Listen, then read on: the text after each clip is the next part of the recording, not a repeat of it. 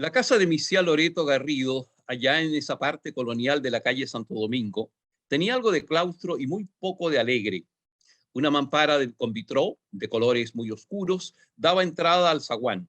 Después del patio, un corredor con gruesas pilastras donde había algunas flores en macetero y atrás una huerta reducida, tan triste y desolada como un Sahara en miniatura.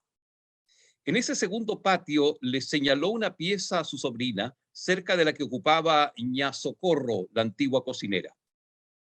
Esta tarde arreglarás tu pieza y en la noche te advertiré tus obligaciones de todos los días.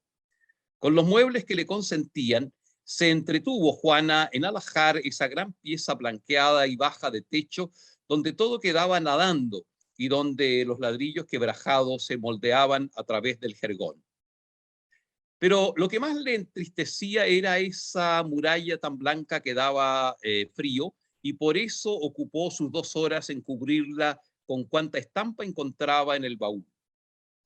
Después, con cortinitas de linón sujetas por rosas de cintas, hizo adornos para el lavatorio, puso el espejo de Catalina, empincorotado entre una oleografía de Balmaceda y el retrato de un caballero buen mozo, el cual decía su madre que fue en un tiempo amigo de ella.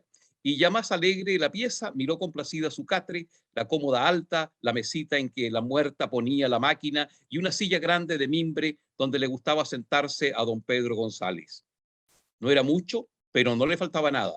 Lo que le hubiera gustado que le dejaran era el velador de la mamacita. Buena la socorra rara, pensó, haciendo la cama, parece una bruja. Mi tía dijo que tenía que obedecerle en todo, pero yo quisiera mejor que estuviese aquí, a tránsito.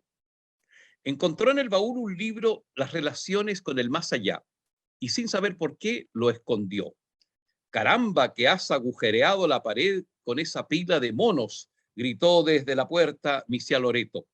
Bueno era que hubieses puesto más santos en vez de tanta bolina que sirve para confusión nomás. Juana quedó cortada mirando consternadamente su abigarrado paneo. ¿También aprende esa coqueta? Volvió a reprender en son de burla, reparando en el emperifollado tocador. Quítale esas tiras, será mejor, y acaba luego porque es mucho embromar ya.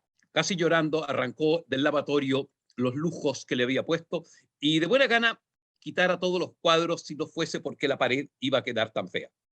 Y entre tanto, distrayéndose con este atareamiento, no pensaba que era el primer día que nadie la llamara hijita. Venga a comer, mire, llamó a Ña Socorro, que iba a la cocina con sus platos sucios. Juana dirigióse hacia las piezas de su tía. No, si le sirvo acá, junta conmigo, la señorita come sola.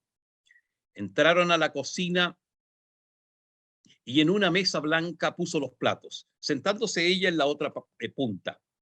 La niña, muy tímida, no decía palabra, tragando a prisa, sofocada por el humo de la leña que ardía en el fogón. Misia Loretito me encargó que le enseñase lo que tenía que desempeñar mañana y todos los días, gruñó la cocinera, rompiendo el silencio. Ella levantó la cabeza y con atención. Aquí, invierno y verano, madrugo a las 6 para ir a las compras y usted tiene que recibir la leche y el pan. Después es muy descansado, porque la señorita se levanta para ir a la misa de 9 y con tal que estén los patios limpios.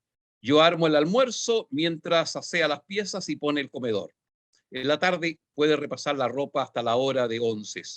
Comemos y nada más. Habían acabado de comer. Socorro recogió la mesa y la niña la miraba tranquear de un lado a otro, sin estarse quieta un momento. ¿Y ahora qué puedo hacer?, insinuó tímidamente. Vaya lavando la loza, si quiere, antes que se enfríe el agua. Obedeció con prontitud y metió los platos en el balde hirviente pensando cómo iba a hacer todas esas cosas que le habían dicho. Voy a ver qué quiere la señorita, dijo Ña Socorro, oyendo el llamado de un timbre. Con sus últimos rayos dorados vestía el sol la copa de un castaño que, empinándose, lograba asomar sobre la tapia de la casa vecina. De repente, Juana tomó la punta del delantal para restregarse los ojos porque estaba llorando. Poco a poco vino la costumbre, pero a medida que se portaba más expedita, le ponían más obligaciones. Y lo curioso era que, habiéndola aliviado con su ayuda, cada día le tomase distancia la Socorro. No dejaba la vieja de tener razón para ello. Primero encargaron a Juana que sirviese la mesa. Después Misia Loreto misma la llamó para que la vistiera y le ayudase a desnudar. Cuando tocaban la campanilla, salía a abrir. El arreglo de todos los chamalicos del salón también estaba a su cargo. Y como aseara los patios y las piezas y arreglase el comedor, lavando la loza y cosiendo la ropa vieja, Añá Socorro, fuera de los mandados, no le dejó más que de la cocina. De factotum habían sido reducidas sus atribuciones hasta quedar en cocinera monda y lironda. No tenía pues la muchacha más rato de sosiego que en las breves comidas, cuando sentándose con Ña Socorro a la mesa de palo blanco, le conversaba cual de una persona querida que figurase en todos sus proyectos del castaño vecino, el compadrito castaño, como ella le puso, cuyas hojas crepitantes en el calor del mediodía adquirían fulguraciones y resplandores durante el incendio del ocaso. Eran estos sus únicos recreos, y así, al llegarle la hora de acostarse a eso de las 9:30, sí había regresado de la novena doña Loreto, estaba tan rendida que, cayéndose de sueño, a veces se tendía sin desvestir sobre la cama, pensando solo en su madre cuando se persignaba para rezar un Padre Nuestro por su descanso. No le quedó de ella otro retrato que el débil daguerrotipo de la infancia. El recuerdo del rostro íbasele olvidando y lo conservaba medio borrado, nada más que con esa expresión de los ojos que tenía tan patente. Solía despertar a las horas altas. La luna, entrometiéndose por los postigos de la puerta, inundaba el suelo lo mismo que si hubiera derramado un balde de plata fundida. Desnudábase tiritando y, junto con meterse dentro de la ropa, volvía a dormirse hasta las 6, hora en que oía ruido en la pieza de la Socorro. Esa era la vida de siempre, sin más variación que el domingo, cuando iba a la misa de 9 con su tía. Los domingos deseaba que llegasen, nada más que por esa hora en que partía a la catedral, a la misa mayor, y se volvían después con pasitos cortos por la calle Puente hasta la de Santo Domingo. La misa cantada era un buen recuerdo para los 6 días de trabajo, porque durante ese tiempo seguía viendo con la memoria la iglesia vetusta, las vidrieras moradas y verdes y rojas que teñían los mantos de sus distintos reflejos, las naves de los lados interminables y oscuras, en cuyas baldosas resonaban las pisadas, ostentando misteriosos confesionarios de trecho en trecho. En el medio, la nave principal, el presbiterio, todo refulgente como un ascua de oro por las arañas llenas de velas. Los sillones de los canónigos, el trono del señor arzobispo, encortinado de regia púrpura, y al fondo, bajo el ábside, el altar mayor, sosteniendo la cruz entre las 6 candelabros de plata maciza. Allí celebraban los oficiantes el santo sacrificio, revestidos de casullas magníficas y dalmáticas deslumbradoras. Los cantores confundían desde el coro sus voces suaves y altas y sus notas profundas. Las sotanas rojas de los acólitos corrían de un lado para otro, haciendo oscilar en un argentino chac-chac de cadenillas los pesados incensarios, ahumando a los fieles con oleadas de perfume. Y al llegar a la hora de la consagración, cuando el prelado y los visitantes, el venerable cabildo, el colegio de canónigos y los monaguillos, el turiferario, el que lleva la naveta, el que sostiene la mitra y el que cuida del báculo y los que portan los cirios, y todos humillaban hasta el polvo sus frentes, mientras el pueblo, como una sola masa, arrodillábase lleno de solemne silencio, sintiendo todos pasar sobre sus cabezas el frío soplo de la presencia divina. El sacerdote alzaba lentamente la hostia blanca entre el ruido ensordecedor de las campanillas y el tronar apocalíptico del órgano, cuyo prolongado trémolo conmovía el templo hasta sus más altas cúpulas con el rumor sordo de los terremotos. En aquel augusto momento, ante tan formidable majestad, nadie dudaba que Dios mismo descendiera desde la gloria del paraíso para llenar de su inmensa grandeza aquella pequeña oblea transparente, santificando así ese acto instituido por él en una noche de humildad y de angustia. A la vista atónita de las gentes que fraternizaban en una sola creencia, se repetía el milagro de la transubstanciación.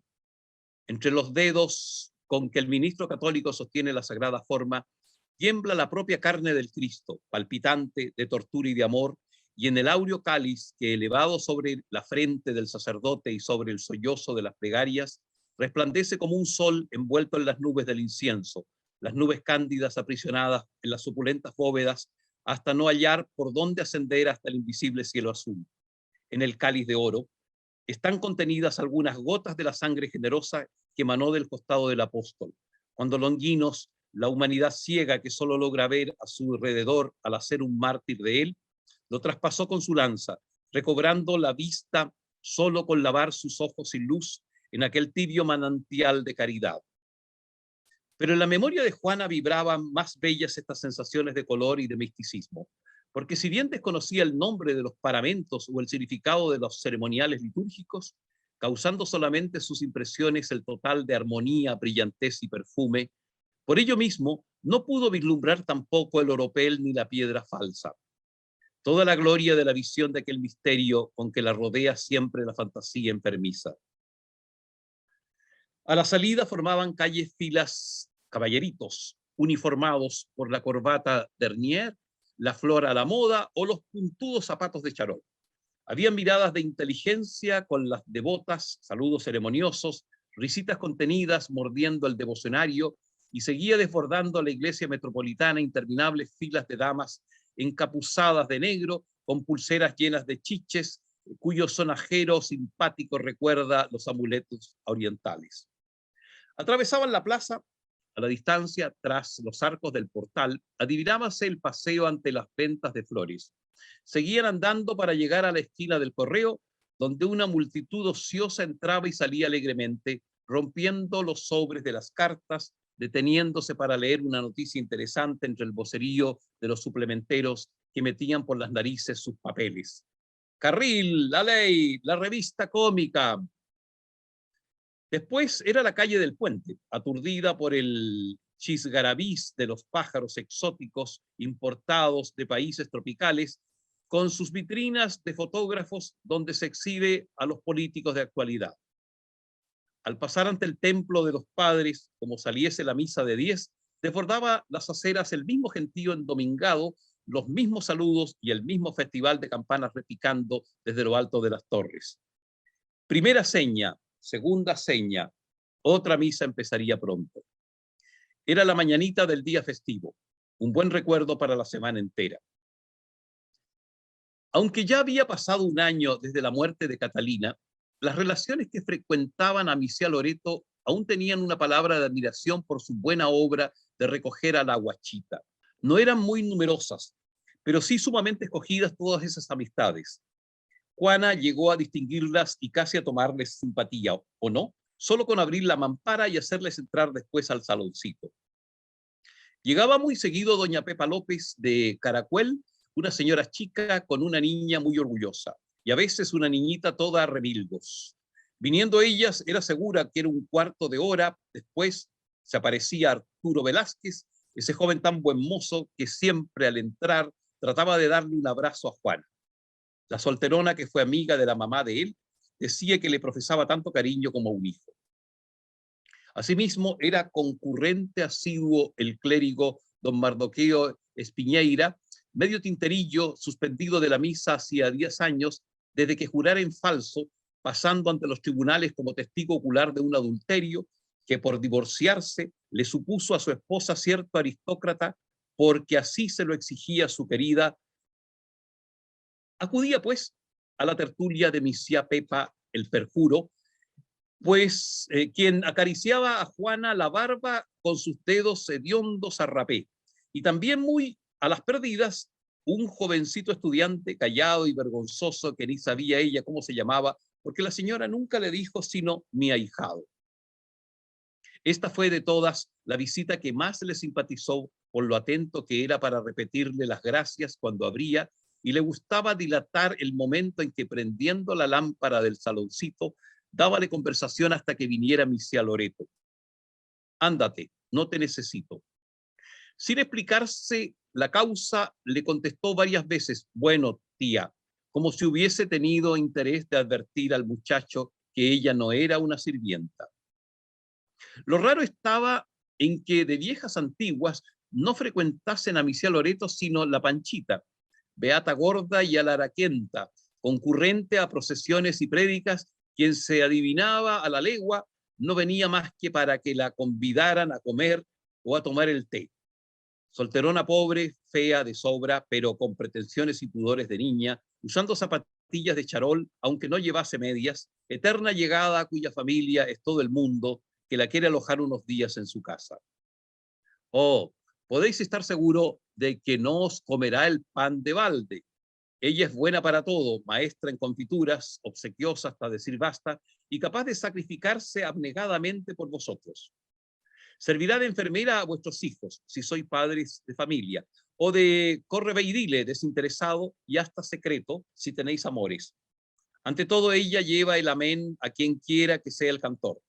Únicamente tened un poco de reserva, porque es demasiado amiga de traer cuentos de fulano, portándoles chismes a sutano, y arma el gran enredo con el mismo arte que da tembladera a una gelatina sin necesitar recurrir al colapiz. Todos se hacían lenguas elogiando la caridad de Misiá Loreto, principalmente la Panchita, quien le dijo un día que tenía el cielo ganado por su buen corazón. Sin embargo, no era muy liviana la existencia para la guachita.